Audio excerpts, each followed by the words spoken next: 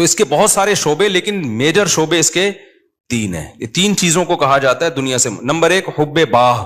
باہ کا مطلب شہوت پرستی، ٹھڑک، لڑکیوں کو دیکھنے کا ہر وقت، فحش فلمیں کا، اور ہر وقت جو ہے نا حلال پہ کم بخت کو قناعت ہی نہیں ہو رہی ہے. کچھ ایسے ٹھرکی سوسائٹی میں ہوتے ہیں کہ نہیں ہوتے؟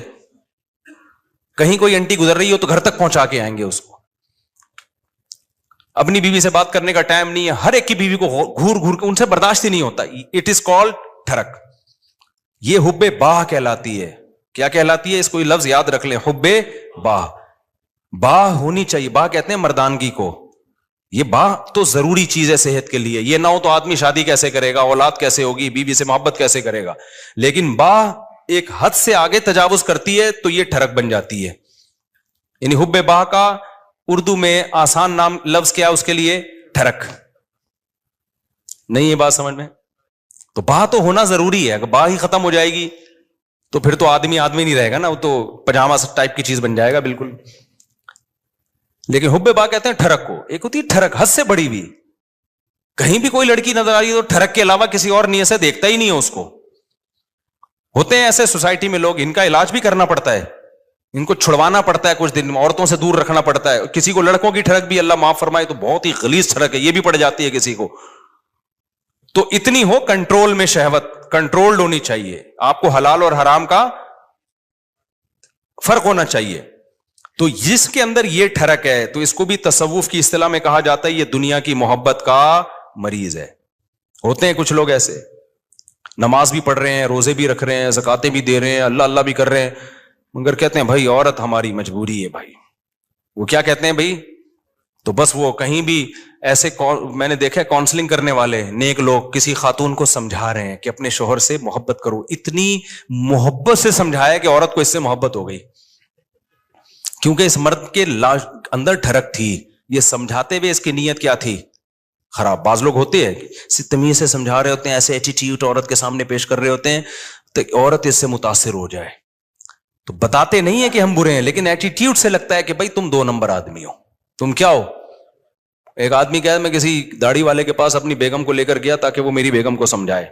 وہ داڑھی والا کہہ رہا ہے آدھا گھنٹہ تک میری بیگم ہی کو دیکھتا رہا کم بخت. کہہ رہا مجھے اتنا غصہ آیا.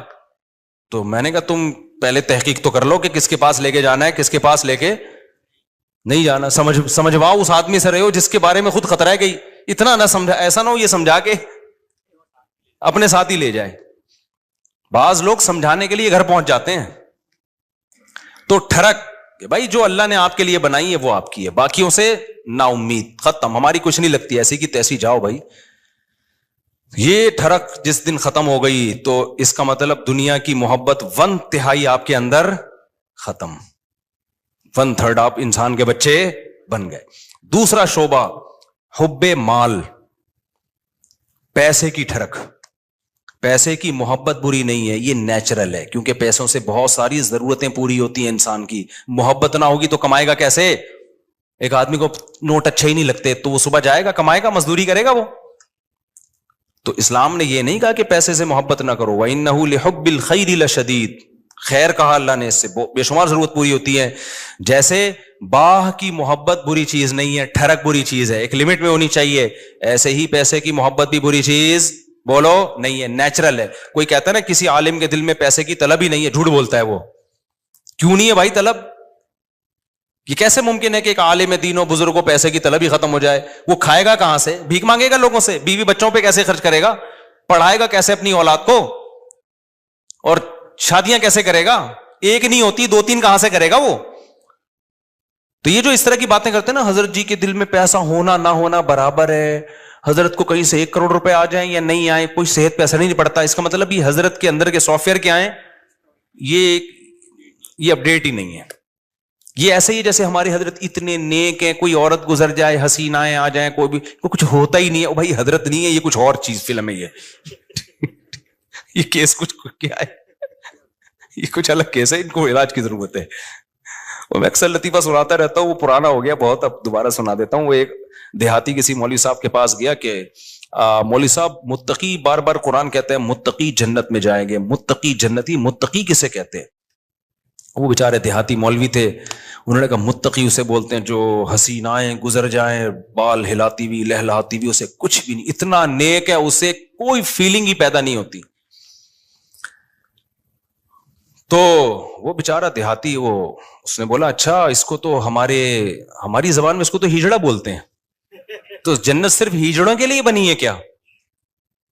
تو وہ مولوی صاحب نے غلط ایکسپلین کیا. بھائی جب عورت کا اس طرح ہوگا تو وہ تو انسان کے جذبات تو پیدا ہوتے ہیں. ٹھرک کا مطلب یہ ہوتا ہے حد سے بڑھی ہوئی، حلال اور حرام میں رغبت پیدا ہونا تو نیچرل ہے، اس رغبت کو پورا مت کرو، اس کو کنٹرول میں رکھو.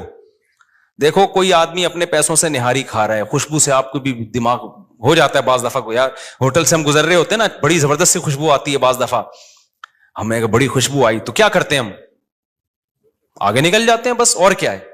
اب خوشبو بڑی زبردست ہے، آپ نے اسے پلیٹ چھین کے کھانا شروع کر دیا، یار بڑی زبردست، میں اسے برداشت نہیں ہو رہا. اگلا کیا برداشت نہیں ہو رہا تو برداشت کر بھائی، تو یا تو اپنے پیسوں سے خرید کے کھا لے، کہہ رہے پیسے نہیں ہے تو پھر برداشت کر بھائی. تو یہ ہے ٹھرک. یہ کیا کہلاتی ہے؟ ڈھکن کھلا، بس خوشبو آئی اور دیگ میں گھس گئے. یہ نہیں دیکھ رہے کہ یہ دیگ کا ڈھکن میرے لیے کھلا ہے یا کسی اور کے لیے کھولا گیا. یہ ہوتے ہیں بعض لوگ ندیدے، ہوتے ہیں نا بعض لوگ ندیدے، کوئی بھی کھا رہا ہے شادیوں میں، ادھر چلے گئے. بھائی قورمے کی جب دیگ کھلے گی تو خوشبو آئے گی، اچھی بھی لگے گی، یہاں تک نیچرل ہے. خوشبو ہی نہیں آ رہی تو ناک خراب ہے، خوشبو آ رہی اچھی نہیں لگ رہی تو قورمے کا ذوق ہی نہیں ہے تمہارا. تم وہی سگریٹ اور پان گٹکے ہی کھایا کرو جا کے، تو ذوق ہی نہیں ہے تمہارا، ذوق خراب ہو گیا ہے. تو اسی طرح یاد رکھو، جیسے شہوت ایک لمٹ میں، یہ صحت کی علامت ہے، لمٹ کراس کرے گی تو یہ ٹھرک ہے. اسی طرح پیسے کی محبت ایک لمٹ میں، یہ صحت مند ہونے کی، دماغ صحیح کام کر رہا ہے، اس کی علامت ہے. آپ کے فطرت سلیمہ پر ہونے کی علامت ہے. جس میں یہ محبت ہے ہی نہیں پیسے کی ذرا سی بھی، اس کا مطلب بھائی یہ پاگل ہے، اس کا دماغ، پاگلوں میں محبت بچوں میں تھوڑی ہوتی ہے. بچوں کو جو بالکل چھوٹا بچہ ہے جس کو پیسے کا نہ پتا ہو، 5,000 کا نوٹ پکڑاؤ، 5 روپے پکڑاؤ، اسے کوئی فرق، وہ کھانا شروع کر دیتا ہے، ایسے ہی کرتا ہے نا، پھاڑ دیتا ہے وہ. لیکن ایک ہے ٹھرک پیسے کی. وہ ٹھرک کیا ہے؟ حلال حرام کی پرواہ کیے بغیر کمانا، ہر وقت اس کی فکر کو مسلط کر لینا. پتا بھی ہے دنیا مسافر خانہ ہے، لہذا پیسہ مل جائے اچھی بات ہے، نہیں ملا تو کوئی بات نہیں، روکھی سوکھی سا گزارا کر لیں گے. تو یہ کیا ہے؟ یہ اس کی علامت ہے بھائی یہ محبت لمٹ میں ہے. پھر اس پیسے سے آخرت بھی کماتا ہے، صدقہ خیرات بھی کرتا ہے. اسے پتا ہے یار جب مجھے یہاں پیسے کی ضرورت ہے تو صدقہ کر کے آگے بھی تو بھیجو نا. یہ کیا بات ہے، ہزاروں سال جہاں رہنے ہیں وہاں تو پیسہ انویسٹ کر نہیں رہا، اور جہاں تھوڑے دن رہنا ہے ادھر بنائے چلا جا رہا ہے. تو یہ بھی ٹھرک ہے، یہ محبت نہیں ہے بلکہ یہ حد سے بڑی ہوئی محبت. اور تیسری چیز جس کو حب دنیا کہا جاتا ہے وہ ہے شہرت کا شوق. ہر جگہ میری ٹانگ اونچی رہے. اس میں بھی ایک جائز ہے، ہر شخص چاہتا ہے کہ میری عزت ہو، یہ بری چیز نہیں ہے. اپنی بےزتی پہ بےزتی محسوس ہر ایک کو ہوتی ہے، یہ بری چیز نہیں ہے. جن لوگوں کو اپنی بےزتی پہ بےزتی محسوس نہیں ہوتی نا، وہ عزت دار لوگ نہیں ہوتے، وہ نارمل لوگ نہیں ہوتے، وہ پھر بےزتی ہوتے ہیں. وہ جیسے ایک آدمی کسی علاقے میں گیا اور آ کے کہتا ہے شکر ہے میری اس علاقے میں عزت نہیں ہے. لوگوں نے پوچھا اس میں شکر کی کیا بات؟ کہہ رہے اگر عزت ہوتی تو آج میری بہت زیادہ بےزتی ہو چکی تھی، لیکن بےزتی ہوئی ہے لیکن وہ مجھے محسوس نہیں ہوئی کیونکہ میری پہلے سے عزت ہے. عزت تمام نعمتوں میں سب سے بڑی نعمت ہے، سمجھ رہے ہو؟ سب سے بڑی نعمت کیا ہے؟ عزت. لیکن لہذا اس عزت کو عربی میں کہتے ہیں جاہ. وجیح سنا ہے نا لفظ، وجاہت والا. تو اور دوسرا لفظ سماعت تو جاہ. تو ایک جاہ کی محبت کی ایک نیچرل ہے، کوئی بھی بچہ بھی اپنی بے عزتی پسند نہیں کرتا، لیکن یہ جاہ لمٹ میں ہوگی تو ٹھیک ہے، لمٹ کراس کرے گی تو کیا ہے؟ پھر یہ حب جاہ کہلاتی ہے، ہوس کہلاتی ہے. اس کو تصوف کی اصطلاح میں کہتے ہیں حب جاہ کا مریض ہے. کیا مطلب؟ جہاں بے جاہ کا موقع نہیں آپ وہاں بھی جاہ تلاش کرنے کی فکر میں لگے ہوئے ہو. مثال کے طور پر آپ کے بڑے بیٹھے ہوئے ہیں، کوئی ڈیبیٹ ہو رہی ہے، وہ بڑے بات کر رہے ہیں، آپ کو یہ لگا کہ یار میں یہ تو سارا یہ بحث کر کے سارا کریڈٹ ان کو چلا جائے گا، تو میں بھی اپنی موجودگی کا احساس دلاؤں کہ مجھے بھی پتا ہے، یہ سب مجھے بھی آتا ہے. آپ نے وہاں بیچ میں بولنا شروع کر دیا. یہ حد سے بڑی ہوئی محبت ہے جہاں کی. یہ بدتمیزی ہے. بھائی تم چپ کر جاؤ, بیٹھے ہوئے ہیں بڑے, وہ سمجھا دیں گے. آپ کسی ڈاکٹر کے پاس جاؤ نا, بعض دفعہ ڈاکٹر سے کچھ پوچھ رہے ہو, ڈاکٹر چپ بیٹھا تو دوسرا بولنا شروع کر دیتا ہے لمبی. ابے تو چپ کر جا, ہم پوچھ کس سے رہے ہیں. اینکروں میں بھی دیکھا ہوگا نا, کبھی کسی حکیم کو, ڈاکٹر کو بلایا, انٹرویو لے رہے ہیں, اس کو کم بولنے دے رہے ہیں, خود کیا کر رہے ہیں یہ بتانے کے لیے ہمیں زیادہ پتا ہے, یہ بے وقوف ہم نے ویسے ہی بلا لیا بٹھا کے. یہ حد سے بڑی ہوئی جاہ ہے, اس کو کہتے ہیں حب جاہ. اس کو کیا کہتے ہیں, یہ لفظ یاد رکھ لیں, حب مال, حب جاہ, حب با, یہ یاد رکھیں. یہ آپ کو سوسائٹی میں اس کے مریض بہت نظر آئیں گے. بلکہ سوسائٹی میں مت دیکھو, سب سے پہلے کس کو دیکھو کہ میں تو کہیں اس کا مریض نہیں ہوں, میرے اندر تو یہ بیماری نہیں ہے. سمجھتے ہو کہ نہیں سمجھتے, میرے اندر تو بیماری نہیں ہے یہ. تو اب اس میں کیا ہوتا ہے کہ یہ جو حب جاہ کا مسئلہ ہے نا, یہ بہت کامن ہے مذہبی اسکالرز میں, تو بہت زیادہ ہوتا ہے. یہ جو کہتے ہیں نا ابو حنیفہ کی تقلید نہیں کرو, مطلب کیا ہوتا ہے کہ یار لوگ مجتہدین کے پیچھے جائیں گے تو ہمارا منجن نہیں بکے گا, ہم سے کون فتویٰ لے گا پھر. مقلد کہہ دیتا ہے آرام سے, بھائی میرے پاس علم کم ہے, میں ابو حنیفہ کو فالو کرتا ہوں, میں امام شافعی کو فالو کرتا ہوں, بھائی ہم کیا ہے, ہم ان کے مقابلے میں کیا ہیں, جاہل ہیں. وہ مان لیتا ہے آرام سے. آج کل کے مذہبی اسکالر نہیں مانتے, وہ یہ منہ سے پھوٹ دیں کہ ہم محقق نہیں ہیں, تو لوگ کہیں گے جب نہیں ہو تو پھر کیا کر رہے ہو بیٹھ کے یہاں پہ. لہذا وہ ہوتے نہیں ہیں, لیکن ٹانگ اونچی رکھنے کے لیے بڑی بڑی پھینکتے ہیں کہ ہم ہیں, ہم ہیں, ہم ہیں, ہم ہیں, ہم ہیں. میں مانتا ہوں ان میں کچھ صحیح لوگ بھی ہوتے ہیں, سارے برے نہیں ہوتے. میجورٹی حب جاہ کی مریض ہوتی ہے. میجورٹی کس کی مریض ہوتی ہے, حب جاہ, کہ میری طرف آؤ, میری طرف آؤ. یہ بڑی بھی محبت ہے, یہ وہ نہیں ہے جو نیچرل ہے, یہ ہوس ہے, یہ عزت کی ہوس ہے. اور اللہ کو عزت کی ہوس پسند نہیں ہے. قرآن کہتا ہے تلک الدار الاخرہ نجعلها للذین لا یریدون علوا فی الارض, ہم آخرت اسی کو دیں گے جو زمین میں اپنی برتری نہیں چاہتے. یہاں برتری سے ناجائز برتری مراد ہے, ہر جگہ اپنی ٹانگ اونچی رکھنا. مجھے یاد ہے ایک دفعہ میں کہیں گیا, کوئی علماء بیٹھے ہوئے تھے, عرب علماء تھے, تو وہ عربی میں بات کر رہے تھے, کچھ سلام دعا ہو رہی تھی, میں بھی کچھ بات چیت, تو ایک لڑکا نو عمر بیٹھا, وہ بیچ میں بولنا شروع, سوال مجھ سے پوچھ رہے ہیں, جواب کون دے رہا ہے, وہ. تو میں نے بعد میں اس کو الگ سے سمجھایا, میں نے کہا آپ میں حب جاہ کی بیماری ہے. کیا ہے, میں نے کہا انسان کو اپنی بیماریوں کا خود پتا نہیں چلتا. جب سوال مجھ سے پوچھ رہے ہیں اور اس کی وجہ سے میں خاموش کی, کیونکہ میں بھی بولوں گا تو وہ بولیں گے یار ان کو کیا ہے, یہ ادھر بھی بول رہا ہے, یہ بھی بول رہا ہے, ان کو تمیز نہیں بات کرنے کی, بولتا تو ایک ہی آدمی ہے نا. ہم تو چپ بیٹھ گئے پھر کہ یار برا امیج جائے گا, اگلا چپ نہیں ہو رہا. حالانکہ وہ جواب صحیح دے رہا تھا. بھائی آپ سے جب پوچھا نہیں ہے تو صحیح اور غلط کی بات ہی نہیں ہے نا, آپ اپنی موجودگی کا کیوں احساس دلا رہے ہو کہ میں بھی ہوں, مجھے بھی آتا ہے. چھوڑ دو, آپ کو جب آتا ہوگا بتا, جب پوچھیں گے بتا دینا. ہمارے فرمایا کرتے تھے قاری لوگ نا مغرب کی نماز میں قل اللہ احد نہیں پڑھتے. بہت سے قاری کیا کرتے ہیں, مغرب کی نماز میں آپ جو ہے نا سنت قرات کیا ہے, قصار مفصل میں سے پڑھا جائے, اذا زلزلت الارض زلزالہا, یہ جو آخری چھوٹی صورتیں, افضل یہ ہے, کبھی کبھار اس کے خلاف بھی ہو. فرماتے تھے قاری لوگ کیا کرتے ہیں, مغرب میں سورہ بقرہ سے, سورہ آل عمران سے, بتانے کے لیے کہ ہمیں یہاں سے بھی آتا ہے. قاریوں سے بدگمان نہ ہو, ضروری نہیں ان کی یہ نیت تو. حضرت تو تربیت کا عنصر غالب تھا نا, اور قاری لوگ بیٹھتے بھی تھے تربیت کے لیے, حضرت ان کو بتا رہے تھے کہ, لیکن یہ بعض دفعہ یہ نیت واقعی ہوتی ہے کہ قل اللہ پڑھ لیں گے تو لوگ بولیں گے قل اللہ تو ہمیں بھی آتی ہے یار, وہ پڑھو. لوگ کہیں باقی بھائی اس کو وہ آتا ہے جو ہمیں نہیں آتا, تو سنت قرات چھوڑ دیتے ہیں اس چکر میں.